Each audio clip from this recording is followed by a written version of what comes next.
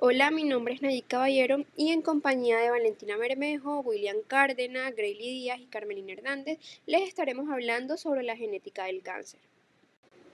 Dentro de nuestro contenido vamos a encontrar historia, epidemiología, definición, factores de riesgo, hallazgos genéticos implicados, diagnóstico por estudios genéticos, pronóstico y una conclusión. Hola, mi nombre es Nayib Caballero. Yo les voy a estar haciendo un pequeño resumen de la historia del cáncer. Entonces, primero tenemos que la enfermedad del cáncer, a pesar de ser considerada como una dolencia moderna, va a tener sus raíces en la antigüedad, pues va a ir dejando huellas en el cuerpo que en su mayoría antes eran incomprensibles pues para la sociedad. Nosotros vamos a estar destacando esos hechos importantes a lo largo de la historia, como por ejemplo tenemos que al finales del siglo XVIII se acuñó el término oncología para agrupar los más de 200 tipos de cánceres existentes. También tenemos que en los papiros de Edwin Smith y George Eber, que de hecho están en la diapositiva, son esos escritos que se ven ahí, también se describen posibles cánceres. Es muy fundamental que mencionemos que Heródoto, un pensador griego y padre de la historia, nos dejó registrado el primer caso documentado sobre la curación y el tratamiento del cáncer. Él nos cuenta una historia de Atosa, la reina de Persia, a quien se le realizó la primera mastectomía registrada. Por otra parte, vamos a tener el legado de Hipócrates y Galeno. Ellos fueron los padres de la medicina moderna y nos hablan respecto a la teoría moral. Entonces, ellos nos dicen que los nuevos vasos sanguíneos dentro y alrededor de los tumores eran similares a las extremidades de un cangrejo. Incluso, si pues prestamos un poco de atención, la palabra cáncer deriva de carquinos. ¿Y qué significa carquinos? Pues carquinos significa cangrejo en griegos. Por otro lado, en su caso, Galeno integró la palabra oncos, que hacía referencia a una masa, a un tumor, a un hinchazón, y de ahí surge la oncología, o sea, la rama de la medicina dedicada al estudio del cáncer. Más recientemente, más de nuestra época, tenemos a Michael Bishop y Harold Barmouth, los cuales fueron ganadores del Premio Nobel de Medicina y Fisiología por allá por 1989 y nos demostraron que los oncogenes no provienen exclusivamente de partículas de ADN viral integrado, sino que corresponden a genes propios, mutados y alterados, que muchas veces por la inclusión de material proveniente de agentes agresores, eh, como los virus, pueden producir estos oncogenes. Hola, mi nombre es Carmelina Hernández y yo les voy a estar hablando acerca de la epidemiología del cáncer en Colombia. Tenemos que el cáncer es la segunda causa de muerte en el mundo. Ahora bien, a continuación observamos una tabla que nos muestra la incidencia y mortalidad por cáncer en Colombia. La incidencia equivale a 81.596 casos nuevos de cáncer al año, mientras que la mortalidad equivale a 40.333 defunciones por cáncer anuales. En la mortalidad encontramos que las mujeres son más propensas a morir anualmente que los hombres. Y en la incidencia tenemos de que los hombres son más propensos a padecer cáncer que las mujeres. Ahora bien, a continuación observamos el cáncer en hombres y mujeres en ciertas regiones de Colombia. Estas regiones son las regiones que más prevalencia e incidencia de cáncer tienen según el INC, el Instituto Nacional de Cáncer. Ahora bien, tenemos que las regiones de Quindío y Arauca son las más propensas a padecer enfermedad del cáncer, esto con una puntuación de 14,5. Y la Guajira es la región menos propensas a padecer esta enfermedad de cáncer con un 1,4%. Esto es en hombres. Y según esta gráfica, ahora bien, hablando del cáncer en mujeres, tenemos de que la región más propensa a padecer enfermedad del cáncer es el Huila con un 30,8%. A este le sigue Arauca. Es una enfermedad donde hay una proliferación y un crecimiento excesivo de células anormales o dañadas. Esto puede iniciar en casi cualquier parte del cuerpo, teniendo la capacidad de destruir e infiltrarse en el tejido normal. También puede propagarse por todo el cuerpo. Estas células descontroladas pueden formar masas que conocemos como tumores. El cáncer está originado por mutaciones en el ADN de las células, pausando su función normal, permitiendo un crecimiento acelerado y convirtiéndola en una célula cancerosa. Hay muchos tipos de cánceres, como la leucemia, el cáncer de mama, el cáncer de pulmón, el cáncer colorectal, el cáncer de próstata, entre otros. Y tienen un conjunto de síntomas muy variados, siendo los síntomas más comunes la fatiga, la fiebre, la pérdida de peso y bultos en la piel. Factores de riesgo de cáncer son cualquier sustancia o condición que aumenta la probabilidad de desarrollar cáncer. Entre estos tenemos consumir alcohol y tabaco, que pueden ser la causa de cáncer de boca, esófago, pulmón y otros órganos. La obesidad y el sobrepeso, que son resultado de hábitos alimentarios poco saludables, que también pueden aumentar el riesgo de cáncer de colon, mama y endometrio. La inactividad física puede provocar obesidad, trastornos metabólicos y riesgo de cáncer.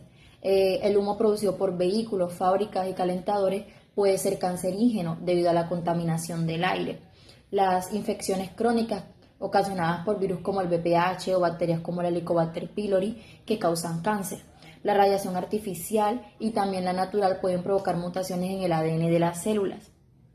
Los genes y antecedentes familiares que pueden heredarse y generar predisposición a desarrollar cáncer.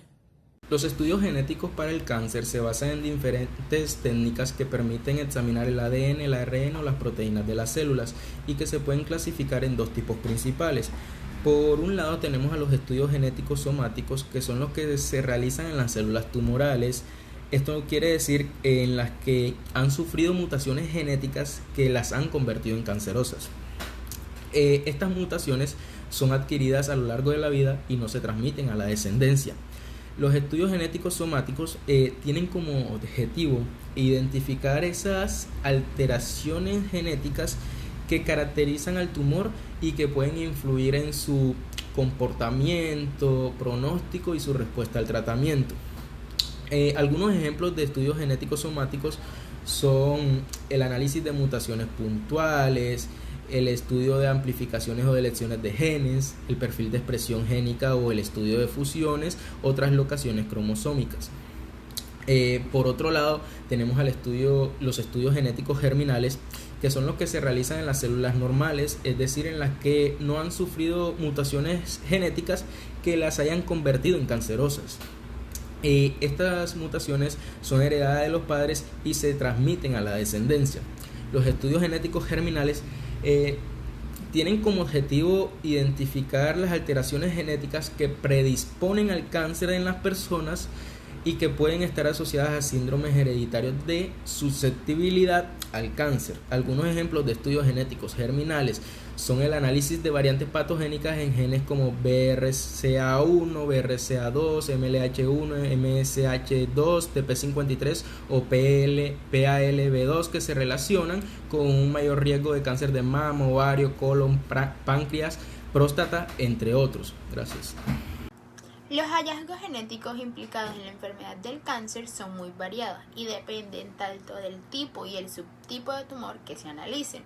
Según el portal Clinic, las mutaciones genéticas heredadas suponen entre el 5 al 10% de todos los cánceres y se han descrito más de 50 genes específicos asociados a los cánceres hereditarios, los cuales predisponen a las personas portadoras de estas mutaciones a tener mayor probabilidad de tener ciertos tipos de cáncer. Algunos ejemplos de los síndromes hereditarios del cáncer son el síndrome de Lynch, el de von Hippel-Lindau, el de Cowden y el de Li-Fraumeni. Las mutaciones somáticas se originan por errores al azar durante la división celular normal, pero también por factores externos como la radiación o por agentes químicos. Estas no se heredan y solo afectan el tejido donde se producen. Además, se pueden clasificar en dos grupos principales, los oncogenes y los genes supresores de tumores. Por un lado encontraremos los oncogenes, que son genes que normalmente regulan el crecimiento y la diferenciación celular, pero cuando se activan de forma anormal, pueden estimular la proliferación celular descontrolada. Por otro lado, los genes supresores de tumores son genes que normalmente inhiben el crecimiento celular, pero que cuando se inactivan o pierden esa activación, pueden permitir la supervivencia de células dañadas o anormales. Por último, el estudio de los genomas del cáncer ha permitido identificar y catalogar las alteraciones genéticas asociadas a varios tipos de cáncer, relevando sus similitudes y diferencias entre distintos tumores y subtipos moleculares. Estos proyectos de investigación a gran escala han utilizado técnicas de secuenciación masiva y análisis bioinformáticos para caracterizar el perfil genómico de miles de muestras tumorales. Algunos ejemplos de estos proyectos son el Atlas del Genoma del Cáncer TCGA, el Consorcio Internacional del Genoma del Cáncer ICGC y el Proyecto del Genoma del Cáncer Pediátrico. Estos proyectos han proporcionado una base de datos valiosa para entender la biología del cáncer y desarrollar nuevos métodos de diagnóstico, prevención y tratamiento basados en la huella molecular de la enfermedad. Ahora les voy a hablar del pronóstico del cáncer. Tenemos que, es importante que tengamos en cuenta que el cáncer que se diagnostica en una etapa temprana, antes pues de que haya tenido la oportunidad de crecer o de propagarse, es más probable que se trate con éxito. Entonces, si el cáncer, por el contrario, se ha diseminado, el tratamiento se vuelve más difícil y en general las posibilidades de supervivencia de una persona con una persona serían muchos menores, ¿sí? Entonces, tenemos muchos factores que van a influir en el pronóstico, como por ejemplo, ahí están en las diapositivas, el tipo de cáncer y en qué parte del cuerpo se encuentra, el estadio de etapa de la enfermedad, el grado del cáncer, el grado nos va a indicar como qué tan anormales se ven esas células ante un microscopio, ciertas características de esas células cancerosas, la edad y el estado de salud antes y durante el cáncer y cómo responde el paciente al tratamiento. Ahora bien, como conclusión tenemos que los hallazgos genéticos desempeñan un papel crucial para el diagnóstico del cáncer. Estos van a permitir identificar las alteraciones genéticas que contribuyen al desarrollo de esta enfermedad. También tenemos que varios factores de riesgo pueden aumentar la probabilidad del desarrollo de cáncer. Estos pueden ser el tabaquismo, la exposición a la radiación, el consumo de ciertas sustancias psicoactivas o también antecedentes familiares con cáncer, la falta de actividad física y la obesidad. A través de pruebas analíticas y ciertos análisis genéticos, nosotros podemos obtener información crucial para personalizar el tratamiento